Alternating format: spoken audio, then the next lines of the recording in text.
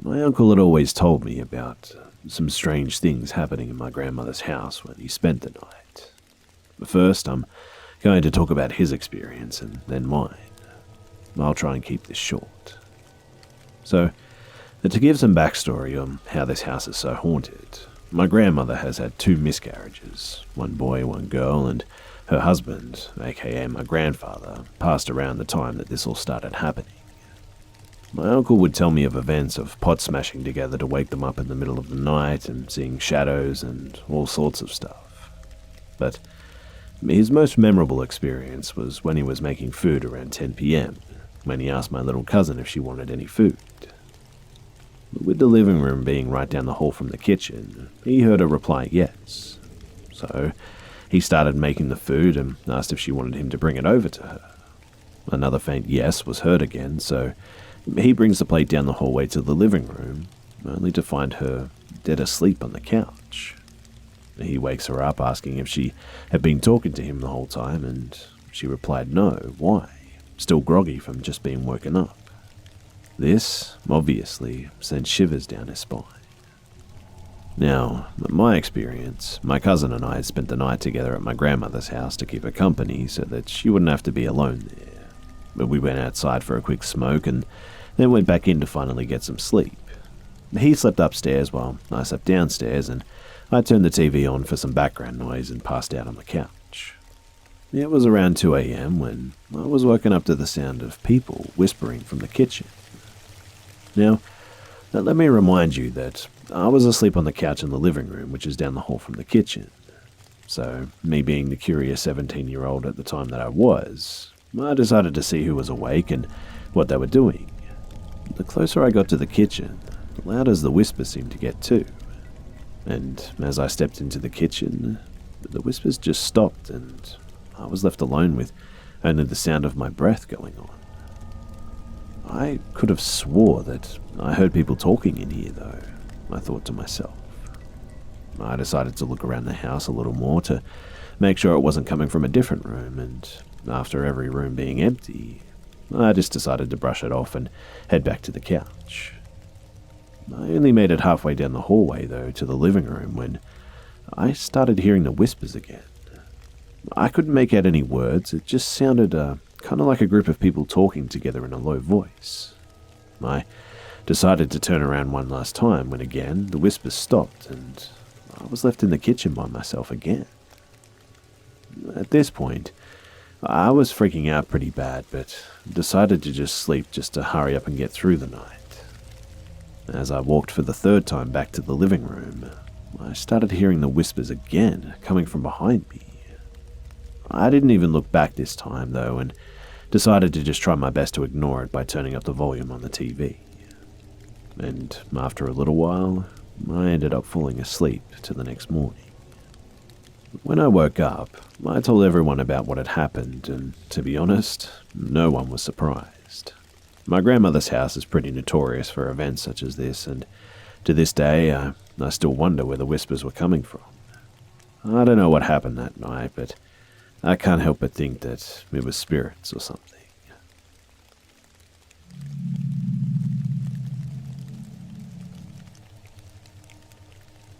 So my parents divorced when I was 7 years old.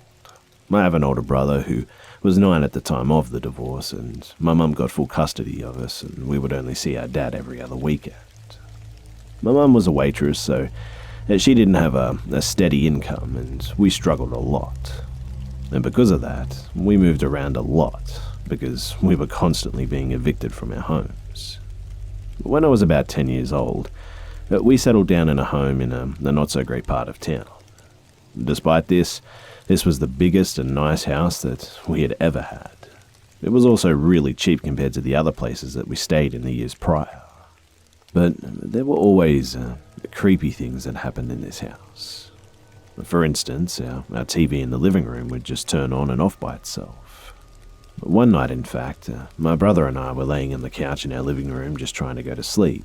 This wasn't uncommon for us as we slept in there many nights throughout our time there, and our TV came on as we were dozing off. Angrily, I got up and unplugged the TV from the wall and sleepily crawled back into our couch. A little while later, I could hear the faint static of the TV turning back on. I got up and went to unplug the TV, forgetting that I'd already done this previously, and when I realized, I freaked out and pressed the power button on the TV to get it to turn back off. And after that, I didn't sleep much that night. A few months passed by, and I'm laying in my bed this time. I'm not really trying to sleep, I'm just kind of laying there, and it was really quiet in my room when, out of nowhere, I heard a tap on my window. It was like a tap that you'd make with the pad of your finger, not your fingernail. I jumped off my bed and ran as fast as I could to my brother's room, which was right next to mine, and I turned on his bedroom light and was hysterically trying to explain to him what had happened in my bedroom seconds prior. I was begging him to let me sleep in the room with him because I was afraid to be alone at this point. He agreed, and I got into his bed, and after a few moments of laying there, we heard the same two taps on his window. Well, without saying a word, we both jumped out of bed and ran into our mum's room. We were crying and telling her what had just happened, and she had been asleep and was irritated that we woke her up. She groaned and told us that we were probably just hearing things and that we needed to go back to bed. But as soon as she finished her sentence, someone tapped on her window the exact same way that they had done to my brother and I. My mum obviously shot up at this and told us that we could sleep with her that night. Somehow, we all managed to get to sleep that night with no further disturbances, but it was creepy. Another thing that happened was during the summer when my brother and I were at school. My mum worked every day from around 8 to 3 p.m, so she would leave us at home with her boyfriend at the time. He was a nice guy, but he didn't really do much. He just stayed awake all night and slept all day long. It was early in the morning, and my brother and I were playing hide-and-seek tag. This is pretty much just hide-and-seek, but when you find the person, you have to tag them before it was their turn. We made sure to be as quiet as possible, so as we didn't wake my mum's boyfriend. I was the seeker, and I found my brother, but before I could tag him, he just jumped up and ran outside. I chased after him and shut the door behind me, and after a quick loop around the house, my brother went back inside. He stopped at the door, and I tagged him and laughed out, "You're it." He looked at me confused, and I asked, "What's wrong?" He looked at me and said, "The door's locked." I thought that he was crazy, and I went to open the door, and sure enough, it was locked. But it wasn't locked by the knob. The deadbolt was locked. Something that could only be done from the inside. We ran to my mum's bedroom and banged on the window trying to wake up her boyfriend. He was a heavy sleeper and actually never woke up to let us in. Hours pass and my mum comes home and lets us into the house.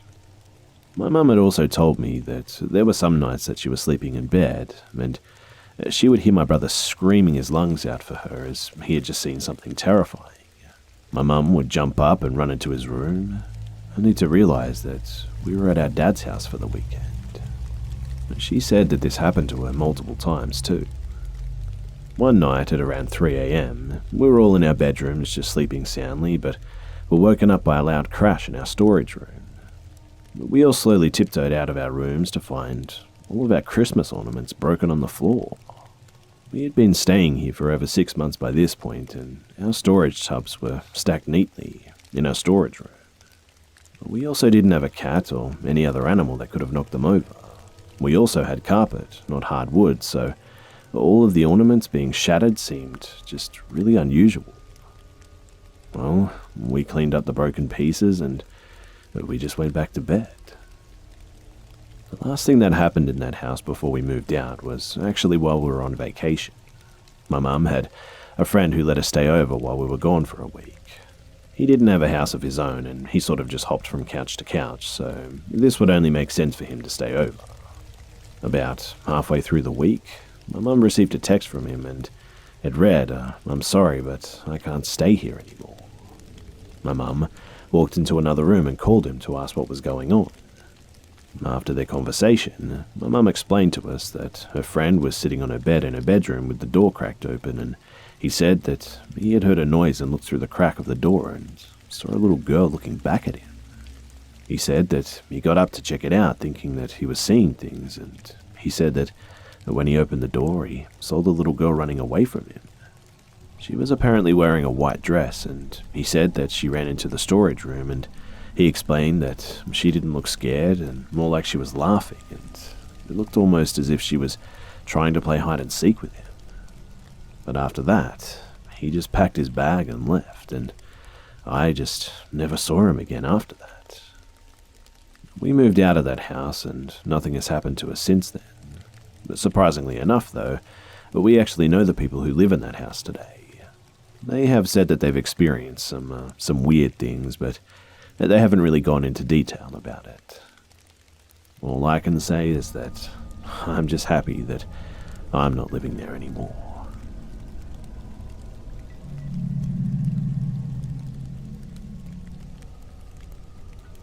So, to start, my boyfriend and I had just bought a house together. It's a lovely two-story home with an attic, a basement, and a two-door garage as well, and we got it for a steal. But with that, we have no seller's agreement. But the owner has never seen the home, probably inherited it, to be honest.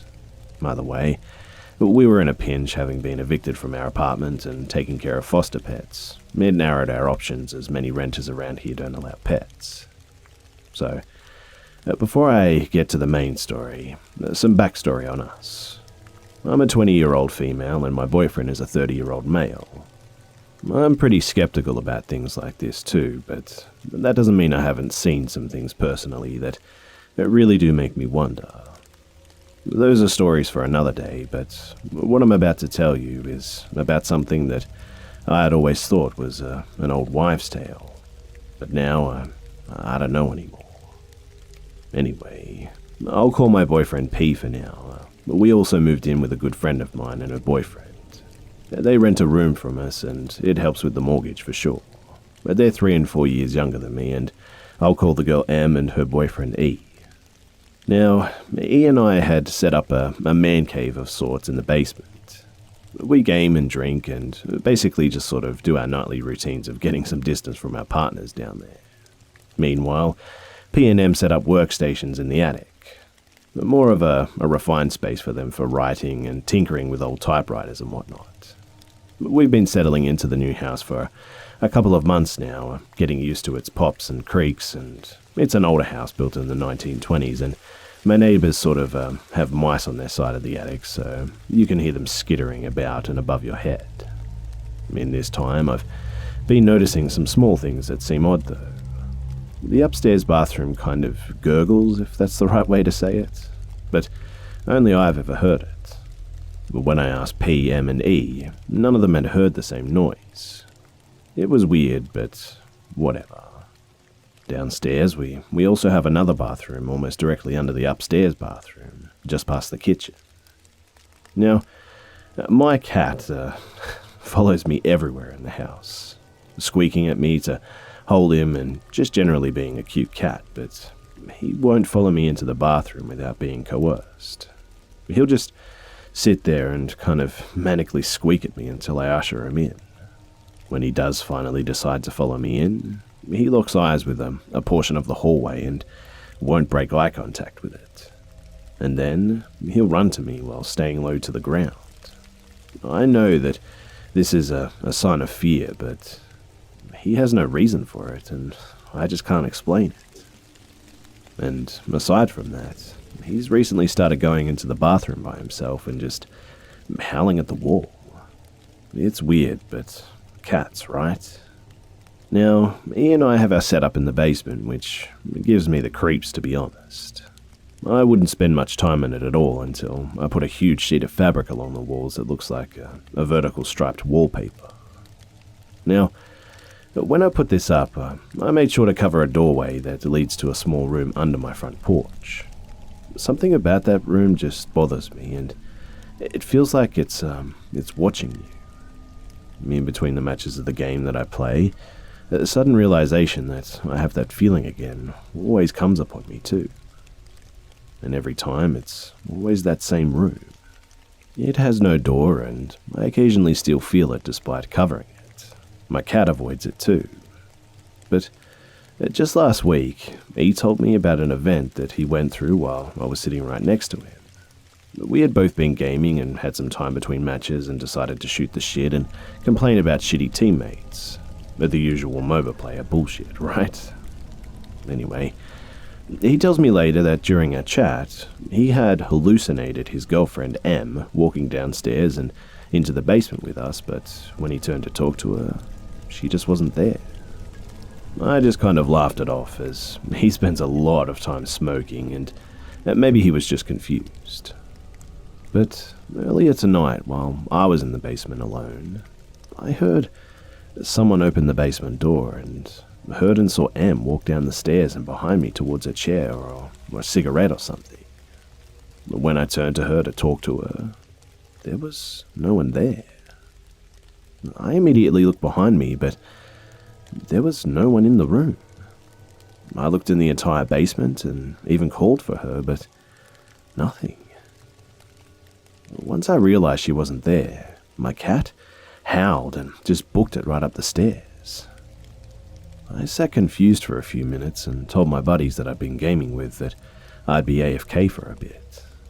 I felt almost lost, to be honest. I decided to text M, though, from the basement, but sure enough, she hadn't come down the stairs at all. She'd been up in her workroom for hours, which means that whole time she was 2 full stories above me. So then, what did I just see? Or better yet, who did I just see?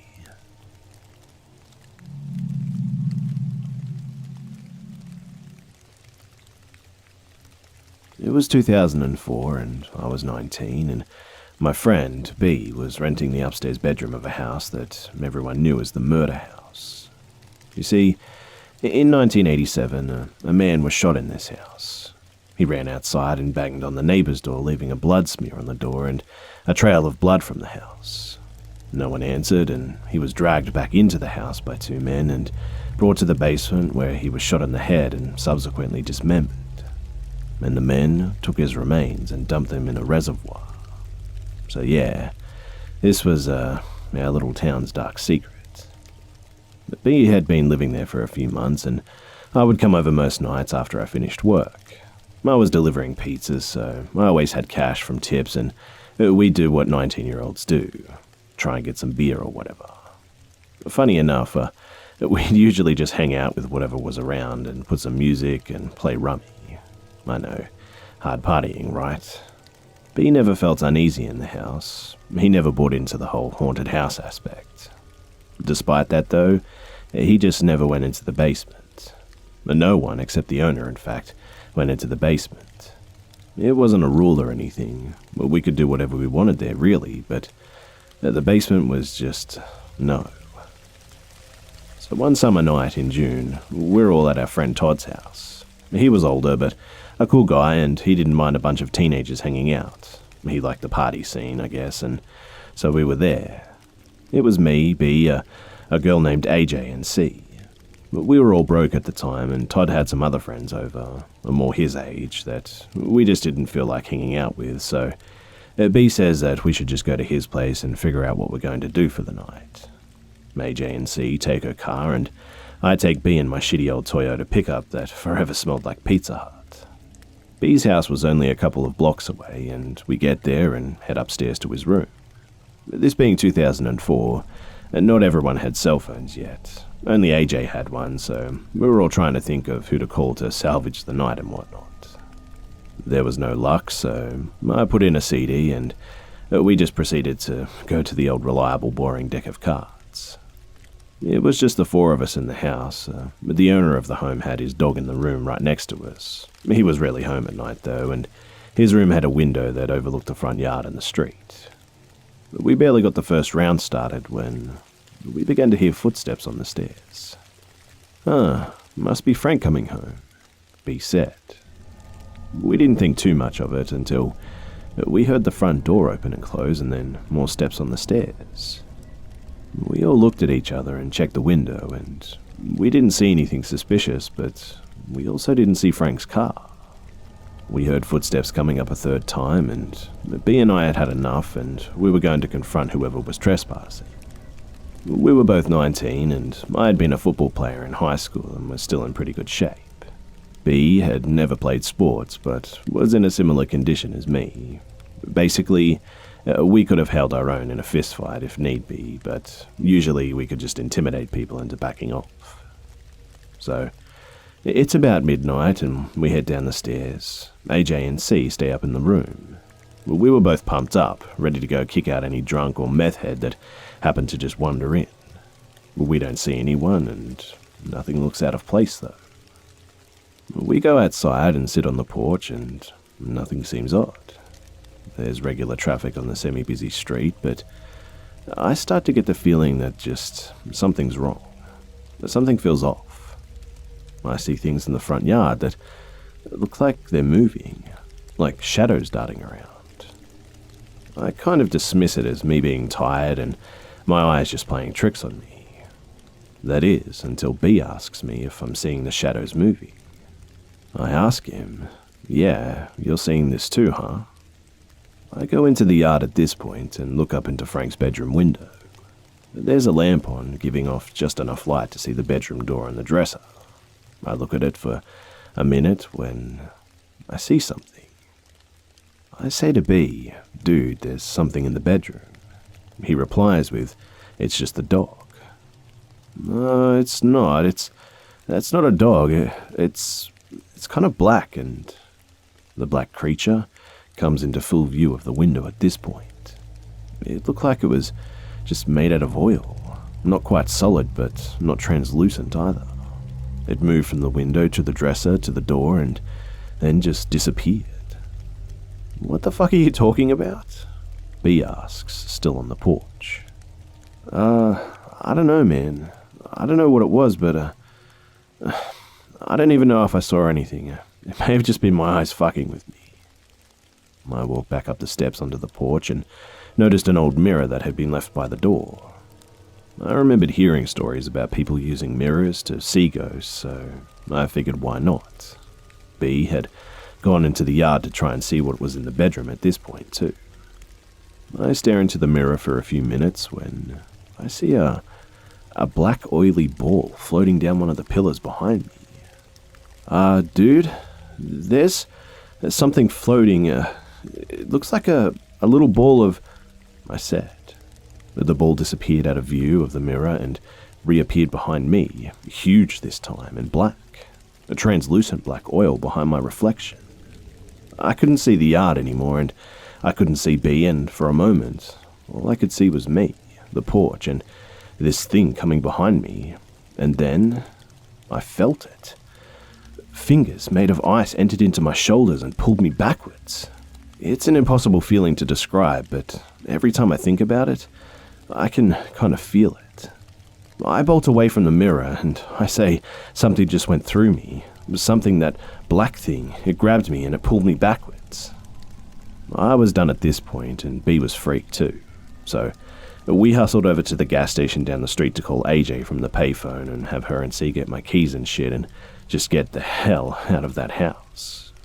AJ asks us, "Where are you guys? And we heard you guys walk up the stairs, but you never came in." I say, "I'll explain later, just grab my keys and CDs and meet us outside." Back at the cars, I told them what happened and what I saw, and I don't know if they believed me or not, but all I knew is that I was terrified. After that incident too, I never went back to that house, and B moved out a short time later. Oh, and if you're interested, you can do a YouTube search for the Boyce Murder House, and you can find news stories about the place there. Thanks for listening.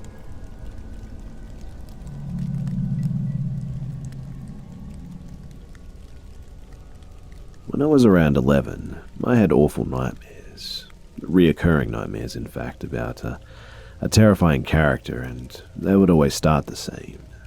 I would be doing something that brought me intense joy, though I can't really remember those parts, and at the height of that feeling, something would happen.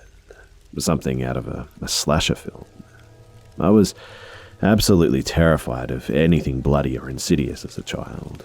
I remember my brother and sister actually sat me down to try and watch an episode of Family Guy to normalize that humor for me, but it was an episode where Peter and the chicken fought, and it was extremely bloody and violent, and I just lost my shit. I say this so that you know that I got disturbed very easily back then. But back to the dream for now. So, after something extremely satisfying would begin to conclude, a loud bass hum would fill the air and everyone around me would become instilled with what I can only describe as a primal fear. The looks on their faces would make me fall down and sob, and I would cover my eyes and I'd hear a slaughterhouse around me. There would be spilling of blood and the sharp pain from head-splitting shrieks and cries, and it was just honestly so fucked. And after a short moment of listening to my friends and family get murdered, the bass hum would stop and I'd hear someone run around quietly snickering to itself.